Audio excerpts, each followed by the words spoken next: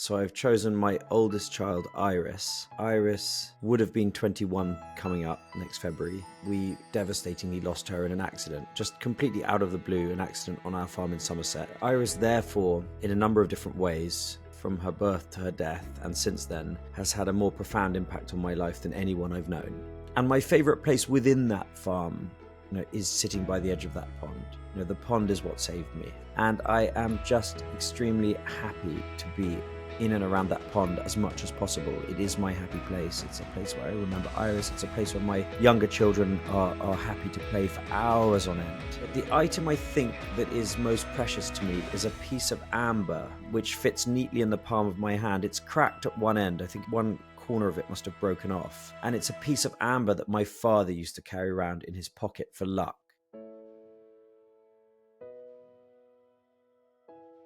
Hello, and welcome back to the bonus episode of These Three Things Series 2. This is the podcast that asks which person, place, and treasured possession have made a profound impact upon your life and why. My guest today is the financier and environmentalist Ben Goldsmith. Having grown up close to Ham Common in the borough of Richmond, his love for nature and a passion for wildlife began at a very young age. He has dedicated his professional life to green-themed initiatives and supporting locally focused environment foundations. He runs the UK-listed investment company Manhattan, as well as chairing the Conservation Collective. Alongside all of this, he also finds time to host his own podcast, Rewilding the World. Here, Ben interviews pioneering individuals behind some of the most influential rewilding projects taking place across the world. I get a strong sense that he is driven to inspire grassroots action for positive and sustainable change felt by generations to come, a trait strongly associated with the entire Goldsmith family. This summer, I had the great pleasure of reading his book, God is an Octopus, an exploration of love, loss, and a calling to nature. When the unimaginable happens, when a child is taken from you, how on earth does a parent carry on? Well, from the opening paragraph, I was completely devoted. Quite simply, the most incredible book I have read in quite some time. It deserves every single award going. He splits his time between a family farm in Somerset and a busy commercial life in London. Father to 7 children, he inspires that they too have a childhood immersed in the natural world. Ben Goldsmith, thank you for saying yes to being a guest on These Three Things.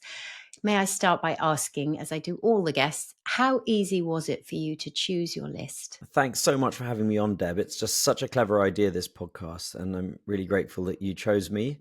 It was quite straightforward. I didn't give it a huge amount of thought until just before joining you now, and the ideas popped quite comfortably into my head. I'm happy to hear it was an easy list to formulate. Let's get stuck in. Who have you chosen and why? So I've chosen, I guess kind of an odd choice in a way, because it's my own child. So I've chosen my oldest child, Iris. Iris would have been 21 coming up next February, and we devastatingly lost her in an accident, just completely out of the blue, an accident on our farm in Somerset, driving a farm vehicle in July 2019 when she was 15 and a half. And Iris, therefore, in a number of different ways, from her birth to her death, and since then, has had a more profound impact on my life than anyone I've known. Yeah, we were really young when we had Iris. I got married, you might say, irresponsibly young. The song at our wedding was that Sonny and Cher song that, they say we're young but we don't know, and they say we're young and we don't know. We were 21 and 19 respectively, Kate and I, and we had Iris just a couple of years later, and the whole thing was very bohemian, and we were the only one of our friends to have children, to even have paired up in the way that we had. I remember so clearly being handed this tiny bundle, aged 23, and being booted out into the corridor of the hospital in the middle of the night, and holding little Iris, looking back up at me with these wide eyes. And we sort of peered at each other, and I just it's hard to describe the enormity of that moment, when you have your own baby, and there she is in your hands, and it's almost unbelievable. And because we were so young, we were she was completely part of our lives. We had her morning till night. I had her with me everywhere, and she was the only baby around, got lots of attention from everyone, and grew up into this extraordinarily charismatic little girl.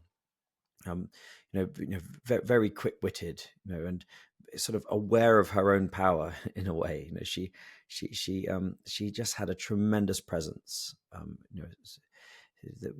which manifested in both her popularity at school and the way she used her popularity to lift up those who were perhaps more timid, or who were less confident of themselves in school.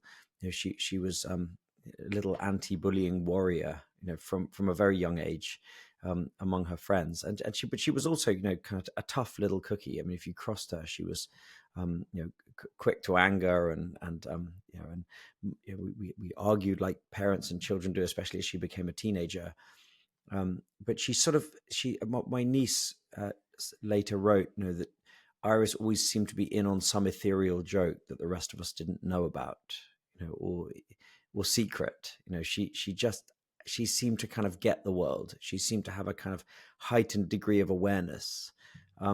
And she was also, in more conventional terms, she was just a little rock star. She was, and I can't tell you how proud I am of my girl. She was a triumph. She was brilliant in school, hardworking. She put so much effort into the things that were tougher and that didn't come naturally to her. And she was enormously creative with words. And she was the English teacher at her secondary school said she was her little Oxbridge star. She was headed to Oxbridge. We felt, to study English literature, and her writing. I still have lots of little snippets and diaries and things that she wrote. She wrote beautifully. And she had just a way with words that was beyond her years. She had an ability to take an idea and dissect it and put it back together, in a way that I haven't really come across with someone so young. And she just spent a lot of time preparing for a future that ultimately didn't materialize. I comfort myself sometimes in the idea that perhaps we live our futures in their anticipation, in preparing for them.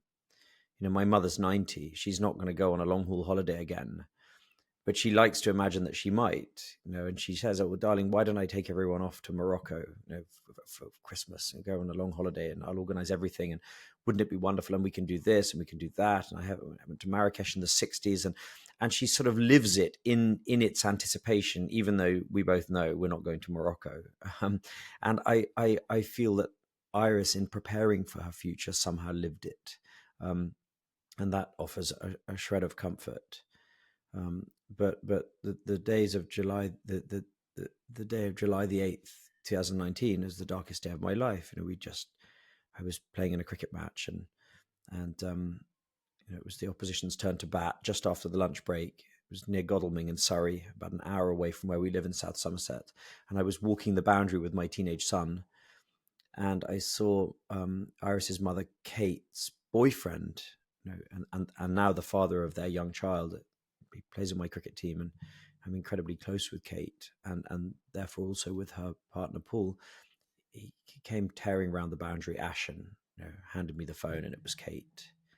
Iris has had an accident. She turned over the mule being the farm vehicle in which she died. And my initial reaction was one of anger. What the hell has she done? What's she gone and done now? She was a headstrong child. She was always pushing boundaries. What has she gone and done? And Kate's voice, the words still echo. She said, "Ben, she's not breathing." And I felt my knees start to go from under me, and I handed Paul the phone back, and I just ran, to get my phone, to do anything. I kind of collapsed into I didn't want my sons to see, into a kind of side building. There was some building works going on, and the builders had their own little rest space. And I went in there with two guys drinking tea, and I kind of fell to my knees. My God, there's been an accident. My daughter. And they were stricken. They didn't know what to do. One of them gave me some flavored water, and I was bundled into a car and driven, moaning and weeping, hoping against hope, but knowing, with every passing minute in which no one called me back, that things were really bad. And I arrived to find an ambulance at our place in Somerset, and a paramedic and a couple of policemen and a gaggle of friends and neighbours who'd gathered there. And a little way down the hill, I could see that beastly machine lying with its wheels pointing up the hill towards us. It was a kind of 6-seater with a truck bed, a slow-moving vehicle with a kind of low center of gravity, the kind of thing you use to cart hay bales around, not the kind of vehicle that you go joyriding on or that turns over. And Iris had been driving vehicles all her life on that farm, and she'd somehow managed to turn it over, and it had pinned her by the neck. And there'd been no one around but one teenage friend who'd screamed and screamed, and eventually someone had arrived, and then someone else, and finally it had been lifted off her, but by then it was too late. The blood had been restricted in her neck, and she died that way. And months later, the paramedics told me that they'd never been much chance of saving her after being pinned for that long, and that her death would have been quick. She'd have fizzed out. She wasn't throttled. She was able to speak. She said to her friend, "Get help, get help." But no help came. And so, and Kate arrived in her car at almost the same time, and we held each other and were led into an ambulance. And there was Iris lying in the back of an ambulance. And it's every parent's worst nightmare. Every parent, I sort of felt astonished, that the sun still rose in the morning and still set in the evenings. That the leaves, still fluttered on the trees above our heads. That I was still breathing air. That everything continued as if this monumental event hadn't happened. We just had no choice but to go on. And I have young children running around. I mean, that night there were young children that needed some degree of attention. Everyone, they knew, even at their age, they knew something awful had happened. I mean, it's exactly that. It's every parent's worst nightmare. And I remember in the book, you spoke about how your whole family circled you in those summer months. And there was never not a best friend or a family member next to you during that time. I think you adequately referenced it to a grief kibbutz. And as you say, you have little ones, life has to carry on. How can it not? I can't imagine how you actually did it. Within hours, I knew that I have no choice but to keep going. I have a young wife who kind of needs my love and attention, with whom I'm raising young children. That they need me. They don't want to have a father who's who has disappeared into an abyss of grief. I knew that I had responsibilities. How I was going to fulfill those responsibilities, I didn't know. And in the early days, looking at it now from 5 years on, having my family around me made a huge difference. Just having this, I called it, the grief kibbutz. It became known as my nephews, who I love in their late teens, early 20s, my niece, my brother and sister coming and going, my closest friends, must have had some kind of a rota, because there always seemed to be one of my oldest friends nearby or next to me. Having that kind of commune, for the 2 months or so after the accident, I think was hugely important. Even if I wasn't directly participating in it, I didn't speak much. I just wandered around like a bit of a zombie. They were there, and I'd get a cup of tea in my hands, and I'd feel the sun on my face, and there'd be a moment of relief, just being in nature, surrounded by the people I love. And what I've learned about grief is it comes in waves. Just physiologically speaking, these waves come over you in which you feel like you're going to drown from the grief, and you cry until you can't cry anymore. You're on the floor with it, and you can't imagine surviving this degree of pain and sadness. And then it does pass, and suddenly you are able to laugh at a little joke, or you're able to enjoy for a moment the birdsong, or you're able to get on with your day, and then the next wave comes. and it's surviving those waves is kind of the key to it, on often with little pleasures. When I made a point of allowing myself to enjoy those little pleasures, a little whiskey at night, a swim in my pond. I discovered that going down the little hill to where we have a pond on the bend of a river and swimming was offered me some temporary relief.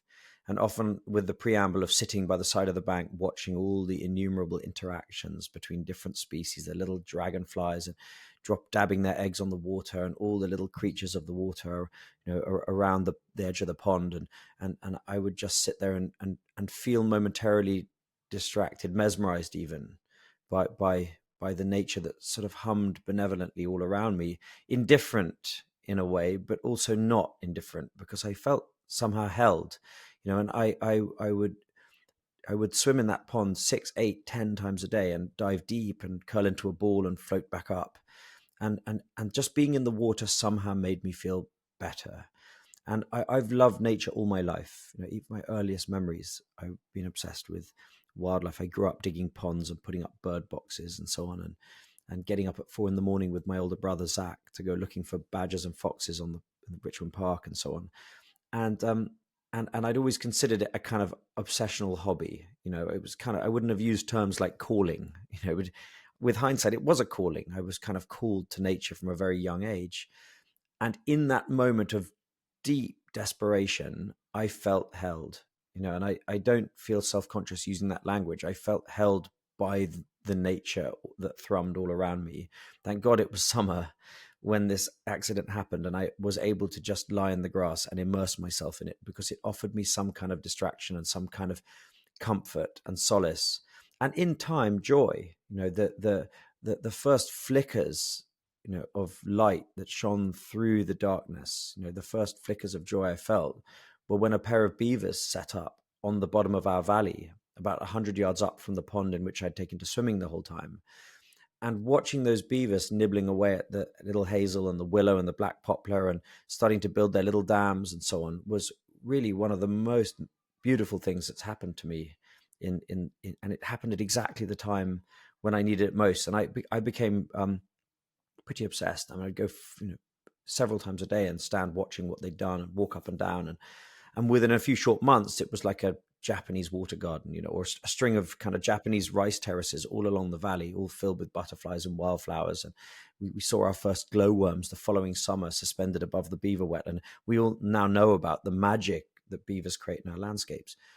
Well, witnessing that, immersing myself in that, was ultimately for me the pathway towards coping with what happened. Yes, I got such a strong sense again on those pages of Iris's love for nature and the natural world, following in her father's footsteps. And I really enjoyed the chapter when you spoke about creating this stone circle. I can see it now in Somerset, how you could gather as a family and just feel the presence of Iris amongst those stones. Tell me about that. We have this beautiful stone circle that was built by a guy called Dominic Ropner, who'd taken to studying and recreating Celtic stone circles. The Celts, along with peoples all over the world, have used circles as a way to connect with other realms or to connect with the dead. And at this moment, I didn't really have any inkling around an afterlife. The loss of someone very close is the moment when many people start to wonder, what does it mean? Where the hell do we go when we die? None of this had really occurred to me previously. I'd sort of considered that there's enough magic here that I can see and feel in the world. I don't need to believe in invisible things. And then suddenly, your oldest child, your beloved daughter, my little star suddenly went invisible. Where is she? And but I liked the idea of a memorial. I hated the idea of a grave, and so the stone circle got built. I didn't really have the psychic capacity to arrange it, but my family members, from aunts and uncles and brothers and sisters and cousins, all wanted something that they could do. They're desperate to do something, and they all jumped on it when this suggestion appeared, and the thing was just magically created by members of my family. And it's a beautiful thing. It's like these stones are 10, 15 foot high. They came from Bodmin, using the granite that the Celts used to use. and there is undeniably an energy about the place, especially if I go there on my own in the early evening or at night. This stone circle has some kind of an energy about it, to the extent that if I allow my mind to rest, and I'm not very good at meditation, and I allow myself just to be in that place, I feel the sparkling of a closeness to Iris, which is like something that I'd never really experienced before. And as time has passed and the rawness of the grief has softened, it's no less heavy, but it's rounded at the edges and warm now in a way. It's not jagged, but it's no less heavy. I've sort of carry it around with me everywhere, and I've come to love that feeling of grief, because that's where the ongoing connection with Iris exists. And if I allow myself, my awareness to settle on that, sitting in that stone circle, then I feel the crackle of her closeness. But it's really hard to explain in words because it's so unlike everything that we perceive with our senses. I had the thought that in trying to describe what the feeling of closeness to someone who's died is, I had the idea that it's if there is a frequency, then the frequency is love. It's, you feel the tug like a fish on the end of a line. It's like that is the ongoing frequency, of our connection. And the stone circle is where I experience it, but not only there. It really doesn't matter where I am. I was sent, not long after Iris died, I was sent an image of a painting called Paradise by a medieval artist called Giovanni di Paolo.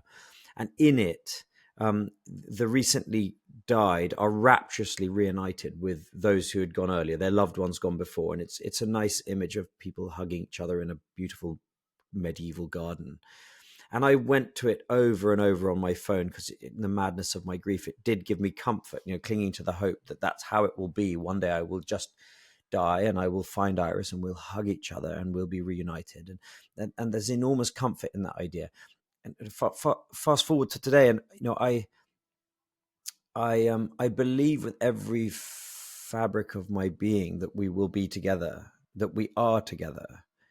But I just think it's in a way that is incomprehensible to us now. We're part of a mystery that is beyond our ability to understand. I feel that there is no separation between here and there, or between now and then. We just can't perceive it from here now. And so I am with no answers after 5 years of searching, except that my mind and my heart are open to this mystery. And I feel it, and I feel it. And the stone circle is where I feel it best. And being in nature is where I feel it best, because we are rewilding the land around the stone circle, that we're on a farm that is in which the field shapes are dissolving into a re-emergent wood pasture dotted with dog rose and crabapple and hawthorn and scrub and little spiders' webs that twinkle in the morning, and great flocks of goldfinches and other songbirds in the winter. And it's a place that is becoming medieval, really, to the horror perhaps of some of my neighbors and to the joy of others. And I think nature is kind of the face of this mystery. I think the reason why we're drawn to nature and why we find such joy in nature and such solace is because it is the physical manifestation of something that is beyond, the ineffable that we struggle to explain. I don't think you could have explained that any better, as you have done on every page in God is an Octopus, the most extraordinary way with words. Perhaps I could take this moment, if I may, to ask you, where have you chosen as your special place? I'm sure it will be immersed somewhere in the natural world. Where have you chosen? I got Iris an iPhone too young. My younger children will not have an iPhone at the age of 12. Iris got one. And we live on a farm in Somerset where nature is resurgent. And when she got her iPhone, she went out on her little pony and came across a very large flock of starlings. And she sent me a video that day of herself approaching the starlings, and as they flew up and formed that murmuration, that cloud, that genie in the sky. And I just want to play it to you because this is Iris in the place that I love most. Dad, I'm right by the starlings. I'll get them to fly. And look, they're going up. Look how giant that is. I was right next to them. You can just hear the love and awe for nature that she had in her voice. And the reason why we're rewilding our land in Somerset, aside from the fact that this is it's unproductive farmland, it's not very well suited to being farmed intensively. It's in the middle of a landscape known as Selwood Forest, which was not so long ago, mid 19th century, was still a kind of rough, wild wood pasture. Apart from that, we're rewilding it because it's a kind of love letter for Iris. She would have loved it, and I feel the essence of her in that place. She was a little wild child running around the rough edges of our farm, and now the whole thing is rough edge. And my favorite place within that farm, is sitting by the edge of that pond. The pond is what saved me. It sounds modest, an English pond with slightly murky water, frogs around the bank, a little island in the middle with a little bonsai oak in the middle of that island. And I swim in it. And sometimes I'm brave enough even to swim in it in the winter months when the water is cold. And I am just extremely happy to be in and around that pond as much as possible. It is my happy place. It's a place where I remember Iris. It's a place where my younger children are happy to play for hours on end.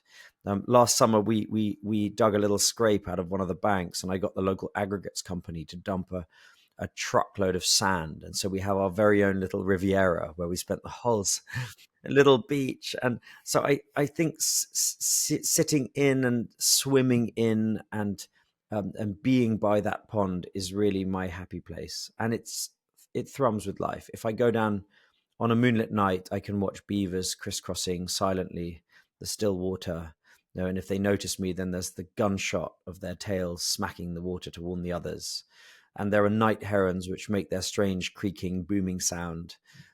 We have European tree frogs, along that whole stretch of the Somerset Avon, and so we hear the kind of rah rah rah. It's a place of noise at night, and it just never fails to bring me joy. That pond. So that has to be my happy place. That's such a gorgeous choice. Have you ever tried to paint it? Are you an artist at all? I'm not really, and I should be. I don't really make music or draw. I use words, I suppose, a little bit creatively, and I'd like to. My wife draws nicely, and several people have drawn the pond. And in fact, I have behind me a huge blown up photograph of the pond at dawn that a neighbour of mine took and blew it up for me as a gift. Lots of my neighbours love that pond as well.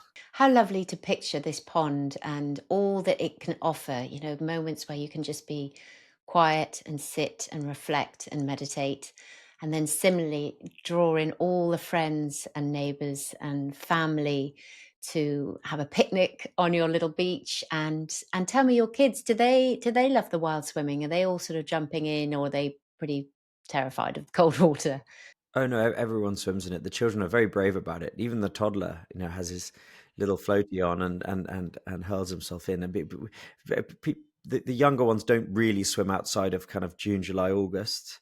And from about October, I get a bit wimpy about it. But I've got teenage sons, Iris's full brothers, and their friends who love to show off and swim, even when it's like a slush puppy and with ice in winter. And I have certain guests that love to do cold water swimming with family members who come and stay and things. Yeah, I'm with you on the wimping out. I think cold water swimming after late September is a bit of an ask, but we do try.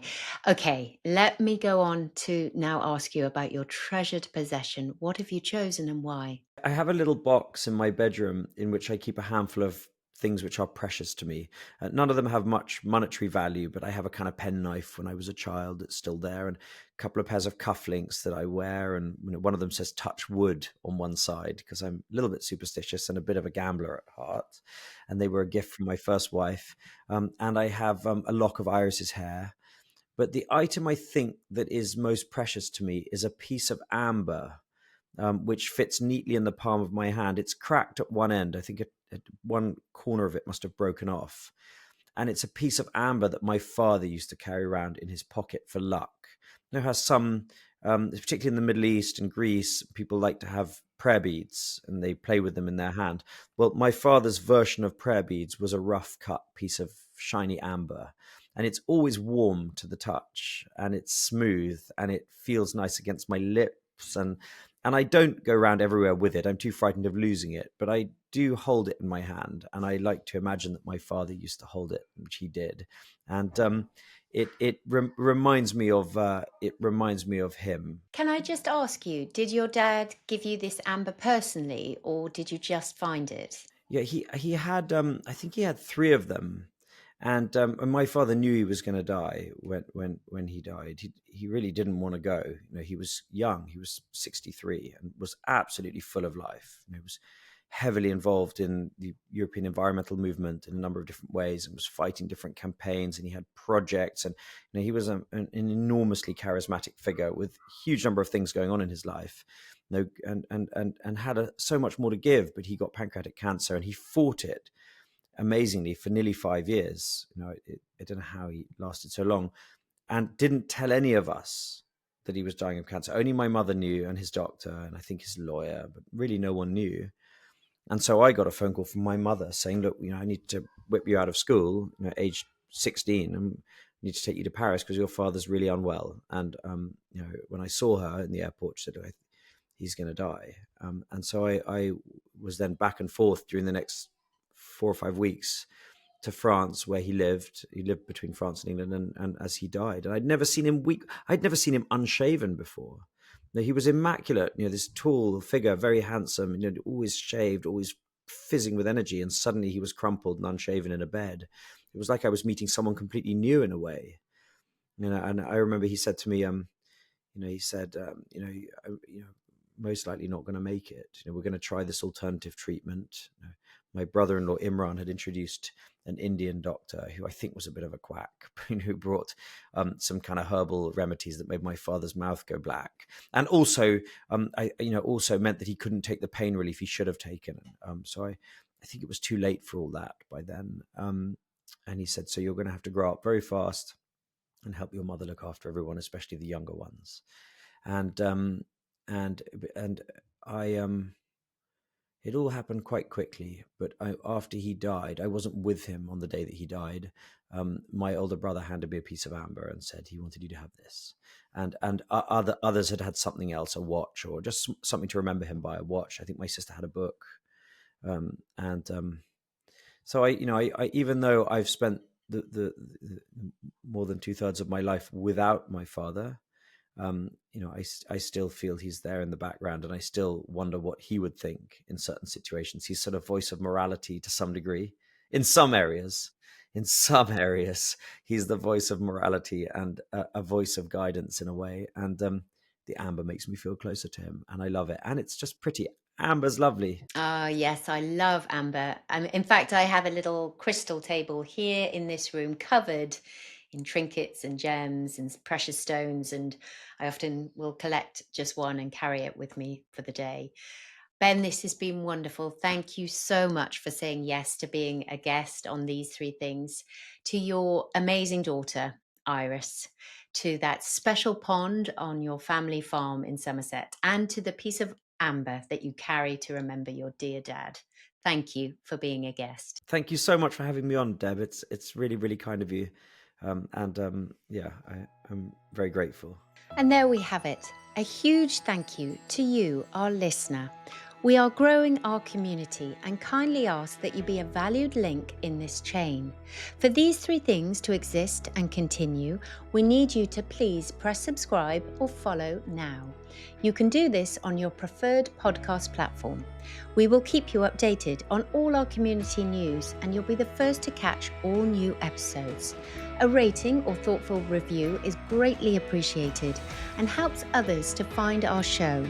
Thank you for tuning in and being a part of our treasured community.